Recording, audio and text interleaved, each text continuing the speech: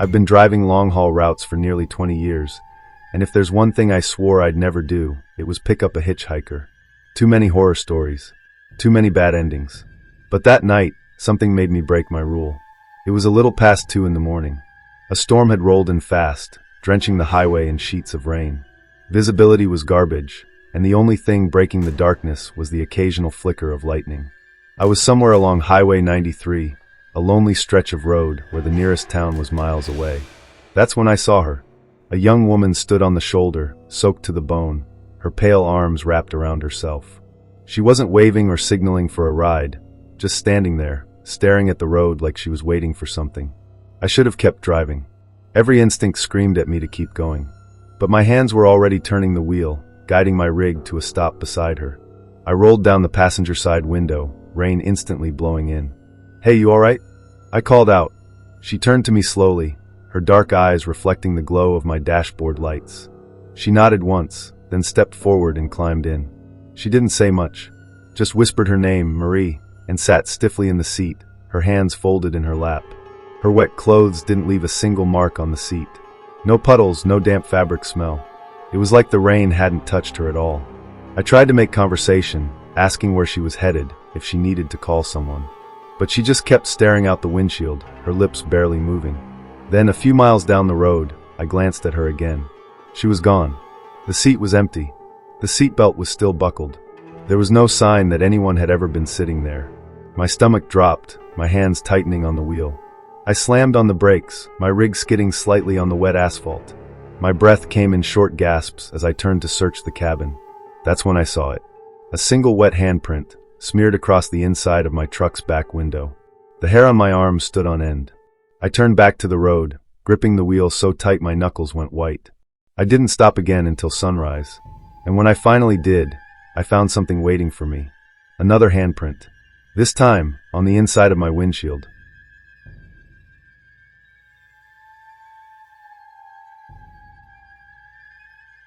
It was close to midnight, and I was deep in the Nevada desert, the kind of place where the road stretches endlessly in both directions, with nothing but miles of sand and rock on either side.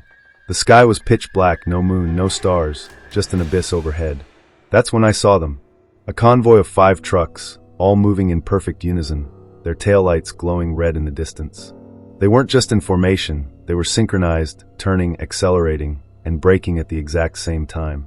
Something about it sent a chill through me. I grabbed my CB radio, figuring I'd check in. "Evening, fellas. Looks like a tight convoy up ahead. You guys part of a fleet?" Silence. Then the radio crackled. "Where are you heading, driver?" The voice was hollow, metallic, like it was coming from a broken speaker. I hesitated before answering. "Just hauling freight west." Another burst of static. Then that same voice. "Turn around." A sharp jolt of fear crawled up my spine. Before I could say anything, the convoy ahead made an impossible move. All 5 trucks swerved, simultaneously, off the highway, into the open desert. No hesitation, no slowing down. They just drove straight into the sand, headlights disappearing into the blackness. I pulled over, my hands shaking. My mind struggled to make sense of what I'd just seen. Then my CB whispered one last time. "Next time, you won't be so lucky."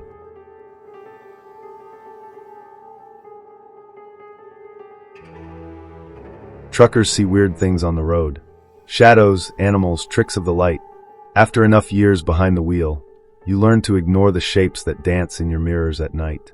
But this was different. I was on I-10 outside of Baton Rouge, the road empty except for me and the occasional set of headlights in the distance. The highway stretched out in long, lonely miles, the trees lining the road casting twisting shadows under the streetlights. That's when I saw him. A man, sitting in my sleeper cab. I caught the briefest glimpse of him in my rearview mirror. Just a fraction of a second, but it was enough. Pale skin, sunken eyes, mouth stretched in a soundless scream. I swerved, nearly losing control. My heart pounded, so hard I thought it might explode. I flicked the cabin lights on, twisted around in my seat, expecting to see him sitting there waiting. But there was nothing. The sleeper cab was empty. I turned back to the mirror, my breath still shaky. He was still there, watching me. He never moved, never blinked. Just sat there in my mirror, mouth open in that silent wail.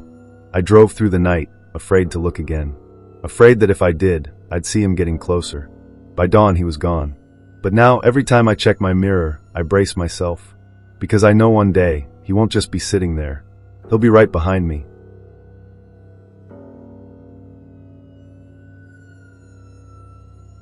I was running low on fuel when I spotted a gas station up ahead, just off the highway.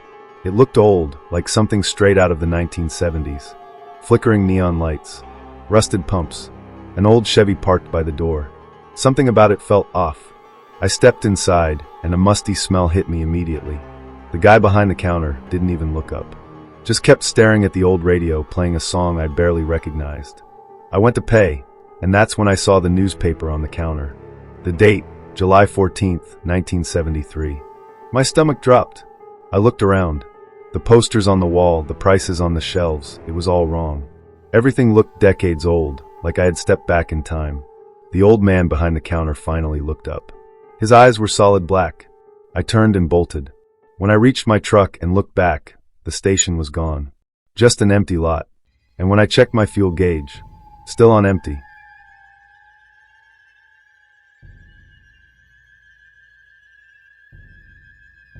It started on a foggy highway in Oregon. I noticed headlights behind me, just far enough back that I couldn't make out the truck's details. Then I realized there was no driver. The windshield was empty, no hands on the wheel, but it stayed behind me, perfectly matching my speed. I pulled into a rest stop, hoping it would pass. But when I got out, there were no headlights. Just an old, rusted semi parked near the trees.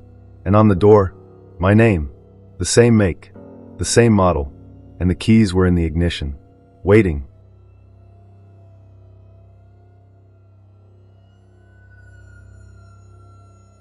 There's a golden rule among truckers: never look in the sleeper cab at night. I had always laughed at that superstition. I'd been driving long haul for nearly 20 years, and I'd never had anything weirder happen than a few drunks stumbling into the wrong truck at a rest stop. But then I took a route through the Appalachian Mountains. It started with a feeling like someone was sitting behind me in the sleeper cab, watching. I shrugged it off. Just road fatigue. I'd been driving for too many hours straight, and my brain was playing tricks on me. Then I caught movement in my rearview mirror.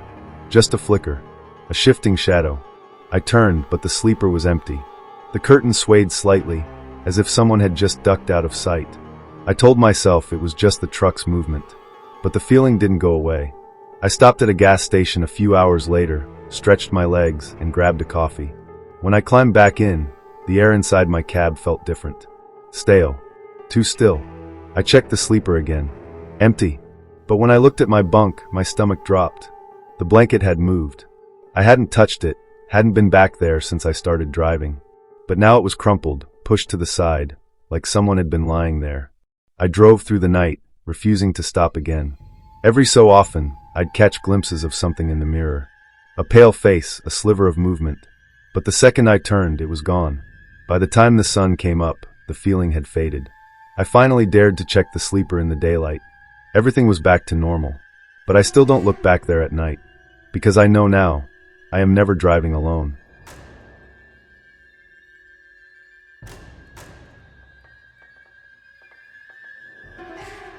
It was supposed to be a normal shortcut. I had taken the same route dozens of times before, a long stretch of highway through the Midwest, surrounded by cornfields and empty land. But that night, I saw a sign for an exit I didn't recognize. It wasn't on my map. It wasn't in my GPS. But it looked like a straight shot back to the main highway. So I took it. The road was narrow and cracked, lined with skeletal trees that bent toward the pavement like they were whispering secrets. My headlights barely cut through the thick fog that clung to the ground. Then I saw the town, or what used to be a town. The buildings were old, decayed. Storefronts with shattered windows. Gas stations with rusted pumps. A motel sign blinking weakly, casting a sickly glow over the deserted street. No cars. No people. No sound. I rolled through slowly, my rig's engine the only noise for miles. Then I saw the diner. The neon sign flickered weakly, but it was on. Something about that was wrong. I pulled into the lot, hesitated, then climbed down. The second my boots hit the pavement, I felt it. The air was too still, like the whole place was holding its breath. I stepped inside. Every table was set. Fresh coffee steamed in cups. Plates of food sat untouched. But the place was empty. I turned to leave, and the door wasn't there. Just a wall. A solid, rotting wall where the entrance had been. The lights flickered. The air grew thick, heavy. Then I heard the chairs scraping against the floor. I ran. I don't know how, but I stumbled back to my truck, nearly tearing the door off in my panic. The moment I slammed it shut, the town was gone. Just an empty stretch of road behind me. I never found that exit again. But sometimes, when I drive through the Midwest, I still see the blinking sign of that motel, just out of the corner of my eye. And I never stop.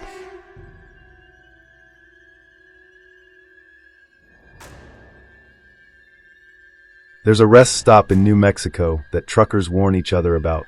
Not because of crime or bad food, but because one truck never leaves. I didn't believe the stories. But then I saw it myself. It was late, maybe 3 in the morning. I pulled into the rest stop, needing a few hours of sleep. There were only a few other trucks parked there, and one stood out immediately, a rusted old Peterbilt, covered in dust like it had been sitting there for years. I parked next to it, curious. The windows were so filthy I couldn't see inside. No license plate, no company logo. I asked around in the morning. Other truckers said they'd seen that rig before, weeks ago, months ago. It never moved. But no one ever saw who drove it. Just before I left, I walked past it again. This time, I noticed something I hadn't seen before. The driver's door was slightly open. And inside, just barely visible through the grime-covered window, was a pair of eyes, watching me.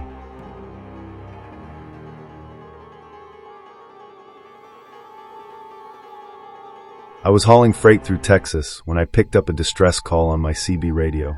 "Can anyone hear me? My truck won't stop." The voice was panicked, cracking with static. I grabbed the mic. "Driver, what's your location?" Silence. Then more static. A faint whisper. "It won't let me out." My skin prickled. "Who won't let you out?" A heavy breath. Then, "The truck." Then screaming. And then silence. I tried hailing him again. Nothing. The next day, I asked around at the next truck stop. Someone else had heard the call too. But no one ever found that truck.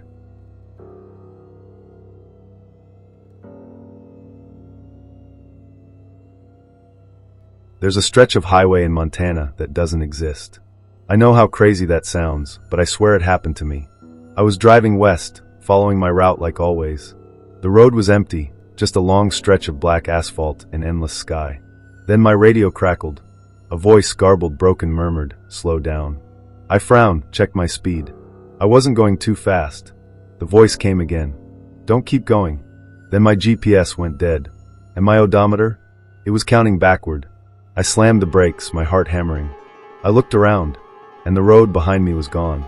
Nothing but grass and hills. Like the highway had never been there. I threw the truck into reverse. My tires screeched. And suddenly I was back. Everything was normal again. My GPS worked. The road was there. But my odometer? Still missing a mile.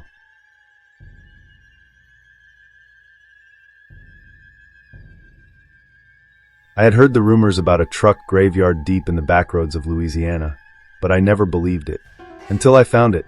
I had taken a detour off the interstate, thinking it was a shortcut. The road got narrower, swallowed by thick, ancient trees draped in Spanish moss. My GPS flickered, then shut off completely. That's when I saw them. Dozens of rusted trucks, scattered across the swamp, some overturned, others buried half in the mud. The metal was corroded, vines twisting through shattered windshields. But the worst part? The engines were still running. I could hear them, deep, low rumbling like growling beasts. But there were no drivers. No one behind the wheel. Then my own truck shuddered, like something had grabbed hold of it. I slammed on the gas.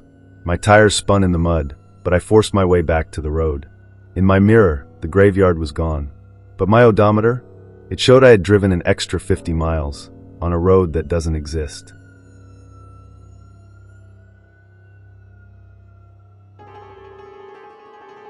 There's a stretch of highway in Arizona where truckers talk about the man in the ditch. I didn't believe it until I saw him myself. It was late, past 2 a.m. The desert was empty, the stars cold and distant. Then, out of the corner of my eye, I saw movement. A man was standing in the ditch by the road. Tall. Too tall. His arms hung at his sides, unnaturally long. His head tilted sharply, almost broken-looking. His skin was pale, too pale under my headlights. And then he smiled. a grin too wide, stretching unnaturally across his face. I slammed my foot on the gas, speeding past him. But a mile later, he was there again. Same posture, same broken smile. I drove for hours, refusing to stop. When the sun finally rose, I dared to check my mirror. He was gone, but my radio crackled, and a voice whispered, "You'll see me again."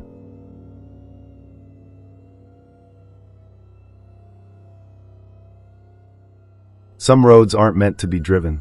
I was driving through Tennessee, hauling a load overnight. My GPS rerouted me due to a road closure, taking me onto an old, unmarked highway. The pavement was too smooth, like it had just been laid down, but there were no signs, no markings, no exits. Then I noticed the trees. They weren't trees at all. They were shapes. Tall, twisting, shifting as I passed, like shadows trying to take form. And the road kept stretching. My fuel gauge wasn't dropping. My clock wasn't changing. I had been driving for hours, but I was still in the same place. I gripped the wheel, heart pounding. Then I did something stupid. I hit the brakes. The second I stopped, my headlights shut off. My engine died, and in the darkness, I heard footsteps. I don't know how I got back. The next thing I remember, I was on the interstate, my truck moving again. But my trip log was missing 6 hours. And sometimes when I drive at night, I swear, I see those shapes again.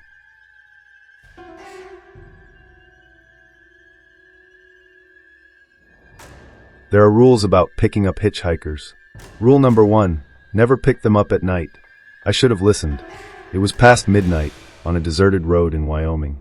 That's when I saw him, standing by the roadside, thumb out. He looked normal enough.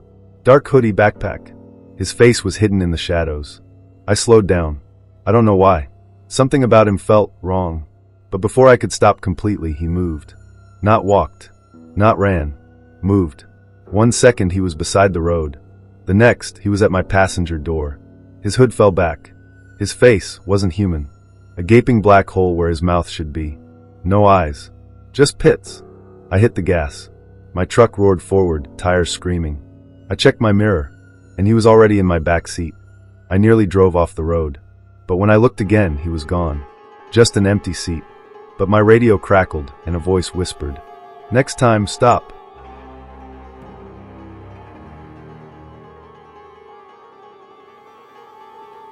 There's a mile marker on a forgotten stretch of highway in West Virginia that no trucker dares stop at. Mile marker 66. I didn't know the stories. If I had, I never would have pulled over there. My fuel was low, and I needed to check my tires. I parked near the marker, climbed out, and instantly the air felt wrong. Too quiet. Not even the sound of bugs or wind. Then I saw them. Handprints. All over my truck. Hundreds of them. Small like children's hands, but smeared like they had been clawing at the metal. Then my door slammed shut, and I heard it, a child's laugh. I jumped back in, locked the doors, and floored it. In my mirror, mile marker 66 wasn't there anymore, but the handprints never faded. Essas são mais 5 histórias aterrorizantes do mundo dos caminhoneiros. Me avisse quisser mais ou se deseja algo just.